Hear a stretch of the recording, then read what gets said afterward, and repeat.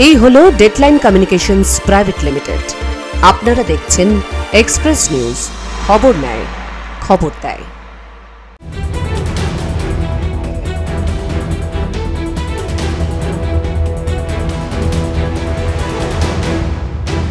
Express prime brought you by পাইল group.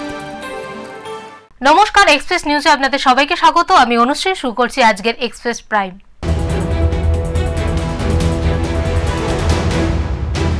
নদিয়ার শান্তিপুর থানার অন্তর্গত বাবলা গ্রাম পঞ্চায়েতের বাতনা এলাকার এক মহিলাকে বাড়িতে ঢুকে চুলের মুঠি ধরে মারধর ও টাকা ছিনতাইয়ের অভিযোগ উঠেছে এক বিজেপি নেতার বিরুদ্ধে।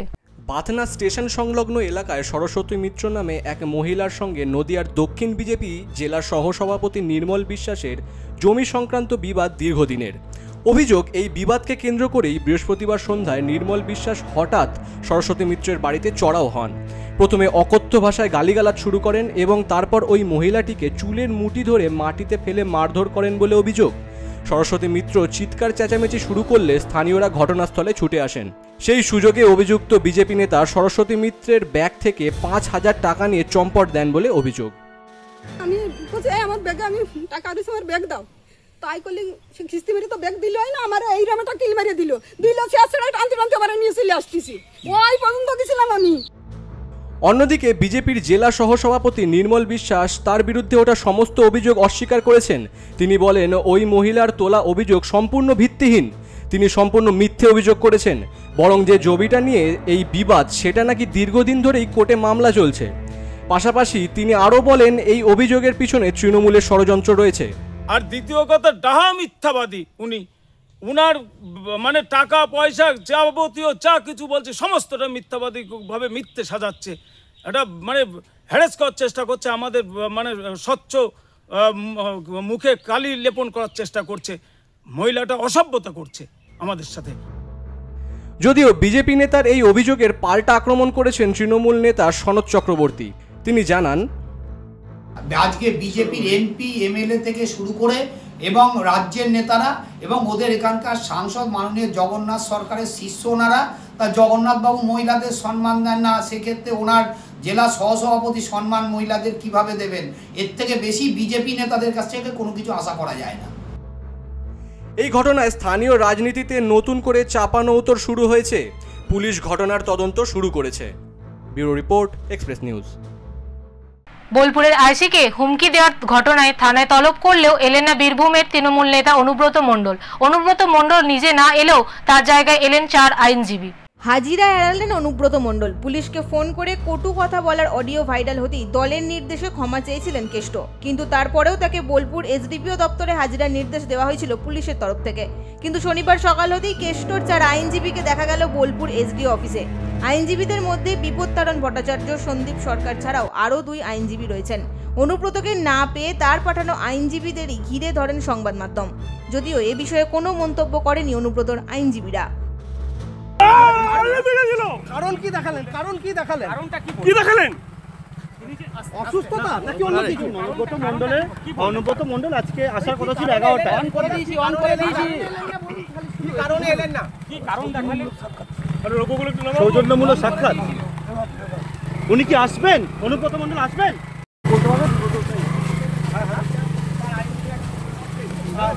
সূত্রের খবর, অনুব্রত মণ্ডল আইনজীবী পাঠিয়ে দিয়েছেন। তার শারীরিক অসুস্থতার কারণেই তিনি হাজিরা দিতে পারেননি। Bureau report, Express news. Nadia শান্তিপুরে ফের ছিনতাইয়ের ঘটনা, যা নিয়ে এলাকাবাসীর মধ্যে আতঙ্ক ছড়িয়েছে। শান্তিপুর স্টেশন সংলগ্ন বাজার এলাকায় বাইক আরোহীর এক দম্পতির কাছ থেকে সোনার চেন ছিনিয়ে নিয়েছে 2 বাইক আরোহী দুষ্কৃতী। আক্রান্ত দম্পতি জানিয়েছেন, শান্তিপুর গোবিন্দপুর পেট্রোল পাম্প থেকে তেল ভরে সন্তানকে নিয়ে বাড়ি ফেরার সময় 2টি বাইকে আসা 2 যুবক তাদের পিছু নেয়। শান্তিপুর স্টেশন সংলগ্ন বাজার পেরিয়ে ভদ্রাকালী মোড়ের কাছে এসে তারা দম্পতিকে চেপে ধরে এবং মহিলার গলা থেকে প্রায় 10 গ্রাম ওজনের একটি সোনার হার ছিনিয়ে নিয়ে দ্রুত চম্পট দেয়। আস্তে আস্তে দেখি 2টো ছেলে পাশে আসলো। এবার আমি বুঝতে পারিনি, পাশে এসে ফটাম করে মানে পিক আপটা মেরে আমার গলার হাতটা টান দিল। আমি এবার এরকম করে ধরলাম, ধরেও আমি ধরতে পারলাম না, টেনে নিয়ে চলে গেল। লাস্টে ওর গাড়িতে একটা ধাক্কা মারলো, ওর গাড়ির সামনেটা একটু দেখে। প্রত্যক্ষদর্শীরা জানান দুষ্কৃতীরা একটি কালো সাদা রঙের R1 বাইকে ছিলেন। তাদের মধ্যে একজন কালো এবং অন্যজন হলুদ গেঞ্জি পরেছিলেন। ছিনতাইয়ের পর তারা শান্তিপুর বইগাছি পাড়ার দিকে চম্পট দেয় বলেই সূত্রের খবর। সাদা কালো R1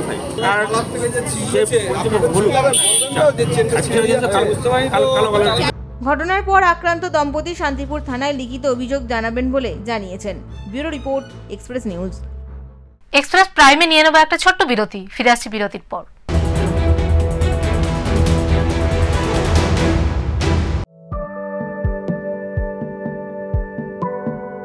For the very first time in Asansol, get the dining experience like never before. We offer a fine dining which include authentic cuisine from around the country and world. Our menu includes vegan, vegetarian and non-vegetarian dishes at a worthy place. Visit us with your family and friends for an unforgettable experience only at Pailin. This birthdays a multi-cuisine restaurant.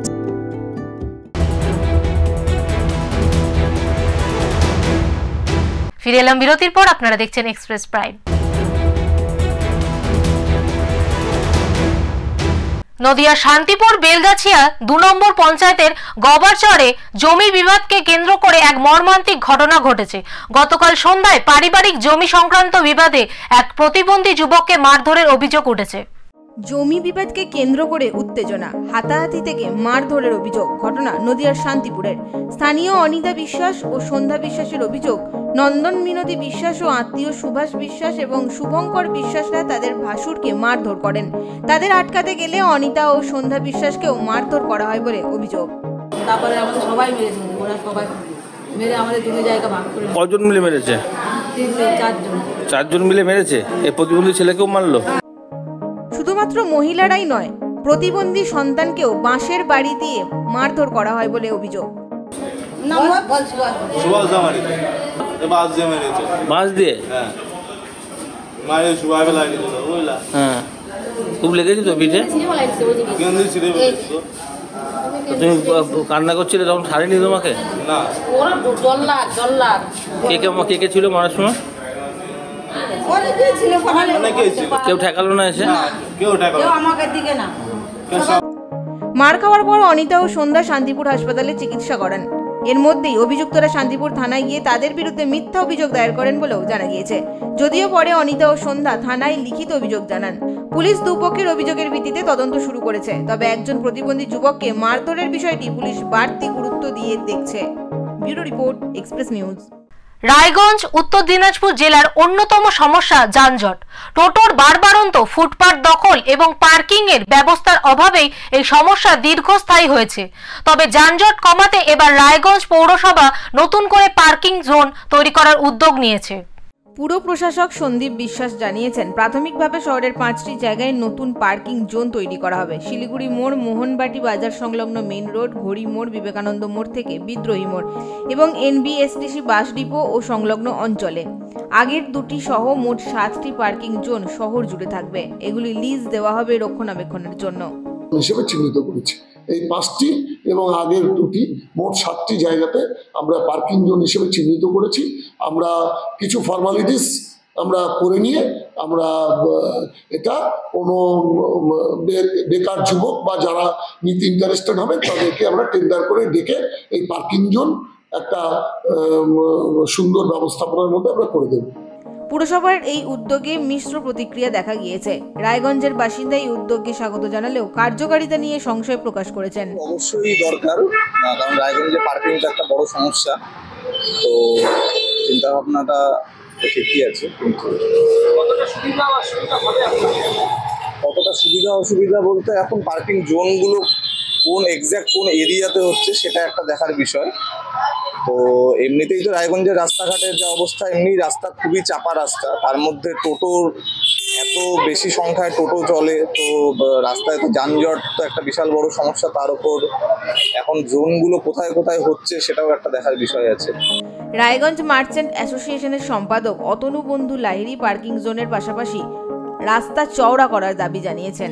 অনেক প্রসারিত থাকে, কিন্তু আমাদের এক তো দোকানদারদের অসুবিধা, দোকানদারদের একটা উদাসীনতা, সঙ্গে প্রশাসনের নজরদারির অভাবে রাস্তা কিন্তু অনেকটাই সংকুচিত হয়ে আছে।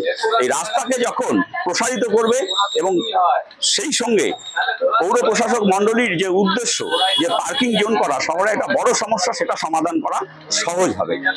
এখন দেখার বিষয় পুরসভার এই নতুন পদক্ষেপ রায়গঞ্জবাসীকে যানজটের সমস্যা থেকে কতটা মুক্তি দিতে পারে। উত্তর দিনাজপুর থেকে Dibakar Saha, report Express News. Arambagh rail স্টেশনের কাছে বন্ধ হয়ে যাওয়া দোকানপাট পুনরায় চালু হওয়ায় এবং যাত্রীদের জন্য সহজ যাতায়াতের পথ খুলে যাওয়ায় স্বস্তির নিঃশ্বাস ফেলেছেন স্থানীয় ব্যবসায়ী ও রেল যাত্রীরা।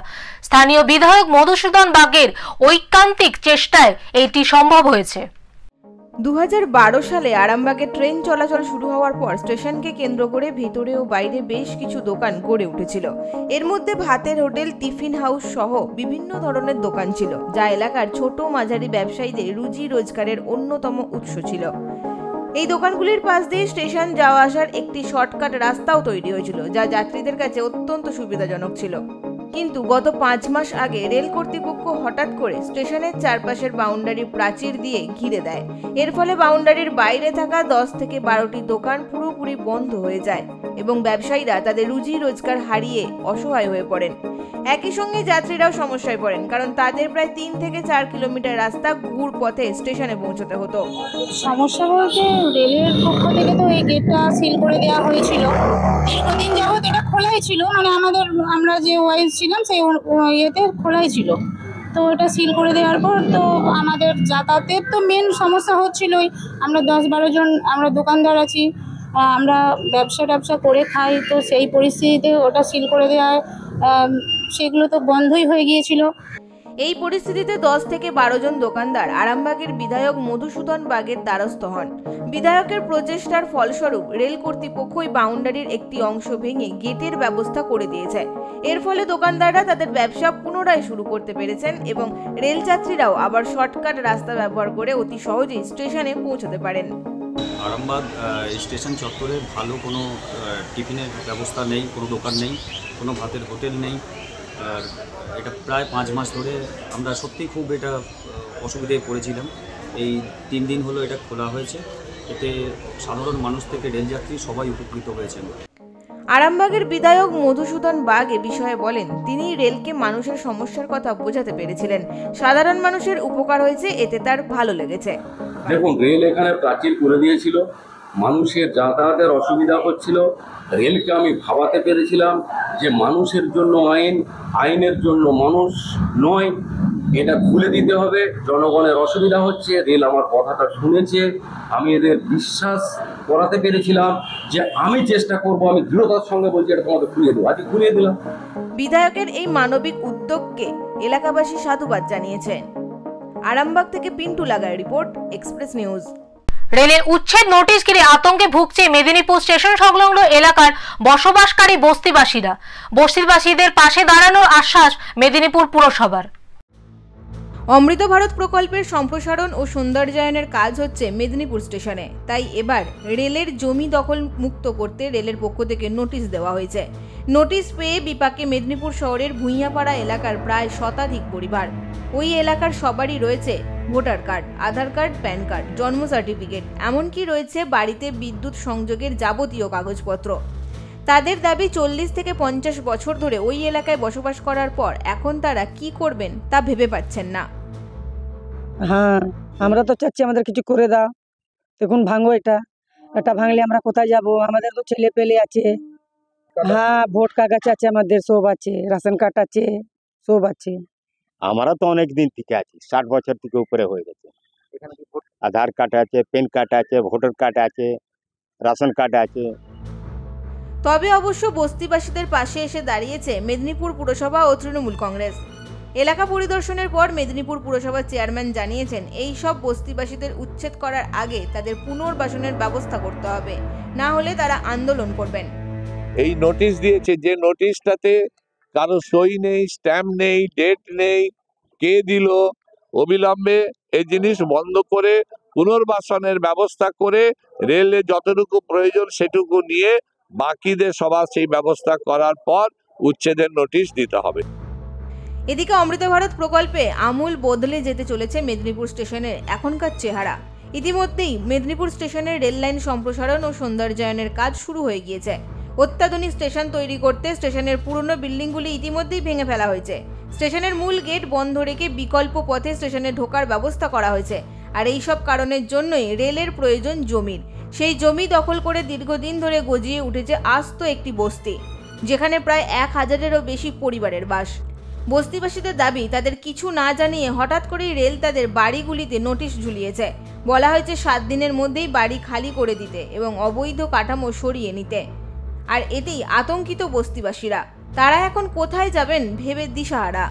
তাদের বক্তব্য, দীর্ঘদিন ধরে তারা এই জায়গায় বসবাস করছেন, এখন তাদেরকে উচ্ছেদ করলে তারা কোথায় যাবে? তাদের সরে যেতে আপত্তি নেই, তবে রেল আগে তাদের বিকল্প জায়গার ব্যবস্থা করুক। এখন আমরা চাইছি ঘর, যেখানে ওদের রেলের দরকার হয়েছে ঠিক আছে ভাঙুক, আমাদের অসুবিধা নাই, কিন্তু আমাদের বসবাসের একটু জায়গা দিয়ে যেন ভাঙুক। মেদিনীপুর পুরসভার চেয়ারম্যান সৌমেন খান আশ্বাস দিয়ে বলেন, এ বিষয়ে তিনি রেল কর্তৃপক্ষের সঙ্গে কথা বলবেন। পাশাপাশি তিনি অভিযোগ করেন, যেহেতু এই পুরসভা তৃণমূলের, তাই কেন্দ্র সরকাররা প্রতিহিংসা পরায়ণ হয়ে এই কাজ করছে। যে কেন্দ্রের বিজেপি সরকার যেহেতু এই শহরগুলোর পৌরসভা তৃণমূল কংগ্রেসের, এমপি তৃণমূল কংগ্রেসের বা এমএলএ শাসক দলের, সেই জায়গায় প্রতিহিংসা পরায়ণের মধ্য দিয়ে তারা এই কাজটা করতে চাইছে। মেদিনীপুর স্টেশন কনসালটেটিভ কমিটির সদস্য সঞ্জয় হাজরা ক্যামেরার সামনে কিছু বলতে না চাইলেও তিনি জানান, স্টেশনের উন্নয়ন হচ্ছে। এই জায়গার রেলের স্টেশনের উন্নয়নের জন্য ওই জায়গা দখল মুক্ত করে ব্যবহার করবে রেল। সবার উচিত উন্নয়নের কাজে সহযোগিতা করার। এখন দেখার এর জল কত দূর গড়ায়। পশ্চিম মেদিনীপুর থেকে Alok Santra report, Express news. Express prime আজকের মতো এই পর্যন্তই। চোখ রাখুন এক্সপ্রেস নিউজের পর্দায়। এক্সপ্রেস নিউজ, খবর নেয়, খবর দেয়।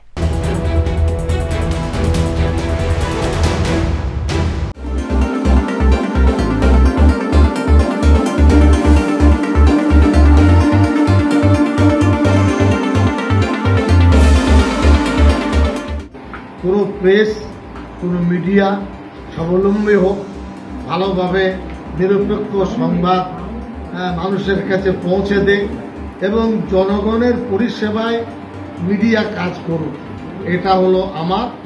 আর শুভেচ্ছা রইল কর্তৃপক্ষের প্রতি, যারা মিডিয়া করছেন।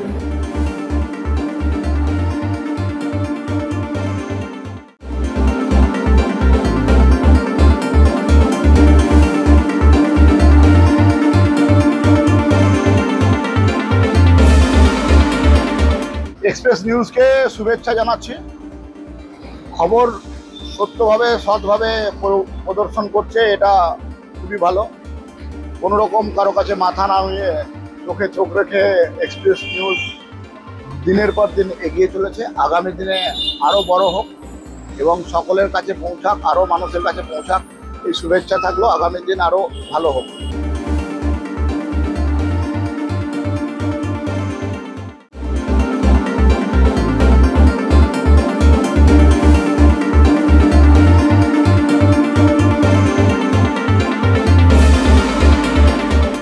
আমি ধন্যবাদ জানাচ্ছি এক্সপ্রেস নিউজকে, যে তারা গুটি গুটি পায়ে 24টা বৎসর অতিবাহিত করলো এবং এই 24টা বৎসরে তারা মালদা জেলার বিভিন্ন প্রান্তের বিভিন্ন খবর তুলে দিয়ে মানুষের মধ্যে একটা যে মানববন্ধন তারা তৈরি করেছে এবং যে কোনো ছোটো ছোটো খবরকে তুলে এনে মানুষের মধ্যে একটা সম্প্রীতির বাতাবরণের মধ্যে নিরাপত্তা দেওয়ার দায়িত্ব তারা তৈরি করেছে। আমি আন্তরিকভাবে কৃতজ্ঞতা জানাচ্ছি এই চ্যানেলকে এবং আমি আশা রাখবো এই চ্যানেল আগামী দিনেও আমাদের মালদা জেলায় আরও সুষ্ঠু শান্তি রক্ষার ক্ষেত্রে খবর পরিবেশিত করবে, এই আশা আমার থাকছে।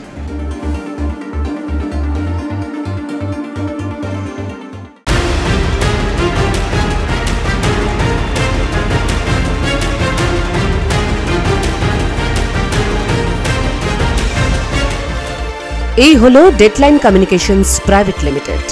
আপনারা দেখছেন এক্সপ্রেস নিউজ, খবর নেয়, খবর দেয়।